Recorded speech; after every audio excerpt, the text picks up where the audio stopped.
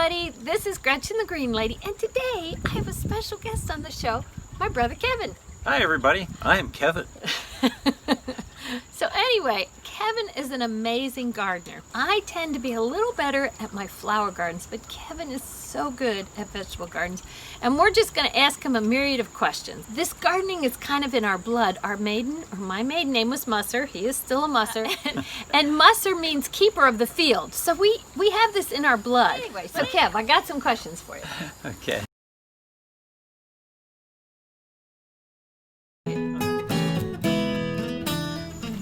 And we also talked about another way to introduce nutrients into your garden is your kitchen scraps, or we can call it kitchen compost. So Kevin, how do you put yours in the garden? Well, the first thing is anything that can be composted goes into the 5-gallon buckets that are outside our back door. Okay. And when I get about 3 buckets full of that, typically I'll go down and dig a trench in my garden. Now, just anywhere in your garden, or where you're going to put plants, or?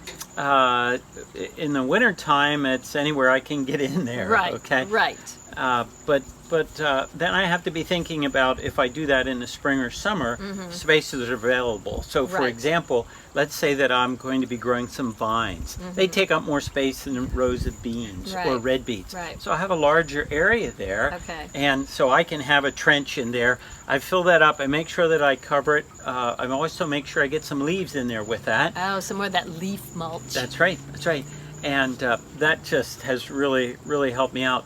There was a few spots that were almost mucky in there because I put so much in there. All right. And so I would make sure I would put plants just next to that, and boy, did they ever grow. It drew that moisture out. Drew that moisture and the nutrients out of there, and just has worked very well. And I've been doing that for years. 15 or 20 years. Okay, so let me clarify with the kitchen scraps. The kitchen scraps don't have to be broken down. No. They can be put directly into the soil, but do you do this in the off season when you don't have crops in the ground, or do you do it both during the season? I do it year round. Oh, you do? Okay, so you don't feel like that because the vegetable or the kitchen scraps haven't been broken down, it isn't drawing nutrients from your plants? I don't think so, no. Okay, so you're not seeing a deficiency or any issues with it? No. Oh, I thought you could only do it while they're in the off season. Oh, okay, see, that's why he's better at vegetables. I tend to be better with flowers and container gardens.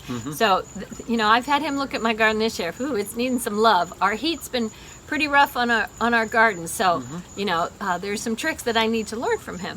So I can put my compost in year round because I have a big compost barrel over there full. That's right. And I have not put it down because I really thought I could only do it in the off season. It's always a good time to learn something. Well, when you think about it, there's a lot more soil activity going on when it's warmer. Right. So your product will decompose quicker. Okay. Yeah. Now, do you keep? Of course, we keep our gardens watered.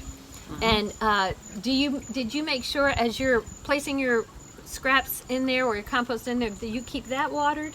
No, I've never watered that. There's generally enough liquid with that because, for example, if I boil some red beets or even some green beans, I'll take that water and throw it in with it. In there. So there are nutrients in that water that you boil from produce, so save that for your plants. That red beet water, it's red. Right. So there's something in there. I put it in. I want to put everything I can because otherwise we throw it down the drain, and who wants to do that? There go the nutrients. You want to save that for that. Okay. So Kevin, you were talking about how there are foliar sprays that you wanted to share with me what you do with those. I didn't want to miss that part because we've learned that in dealing with some of the plant issues that are out there in regards to soil fertility, that takes time to build up that soil to have bioavailable nutrients for the plants. And so what we've learned is that if we feed the plants with a foliar spray, we can produce the same results as if the nutrient was coming from the root. Yes, because when we feed the plant feeds the soil. When the plant feeds the soil microbes begin There you to go. begin to digest these nutrients, and they release them in a form that the plant then can take back up. Okay. And so now we have a plant that, while we didn't actually put any fertilizer down, and by the way, we use no fertilizer other than the, See, this is why we need this conversation. of the commercial type fertilizers that you put down. This would be a fertilizer that is going to provide biologicals for the soil, Okay. and it is going to provide some nutrients that, in the form that we put it in, you can spray on the leaves, and you can do that every couple of weeks. Okay. And it's amazing the response The the plants results get. that you. Yes. Oh goodness. And it takes such a small amount. You wonder, is that really all it takes? But you're dealing with trace elements that Right. are required in a small amount.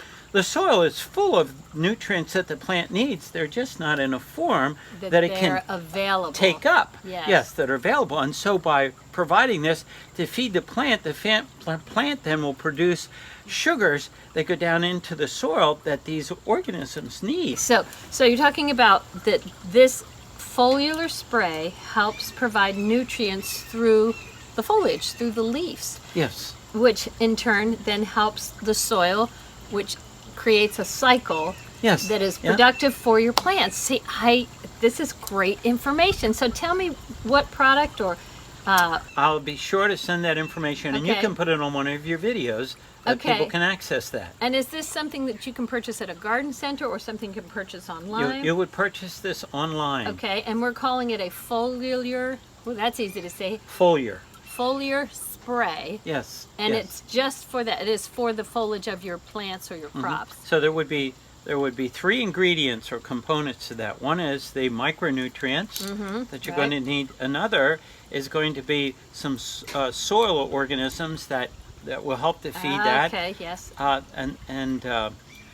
And then the other is going to be a wetting agent, so that you mix Wetting, with. Yes. not wedding. There's no wedding ceremony taking place. A wetting, W-E-T-T-I-N-G.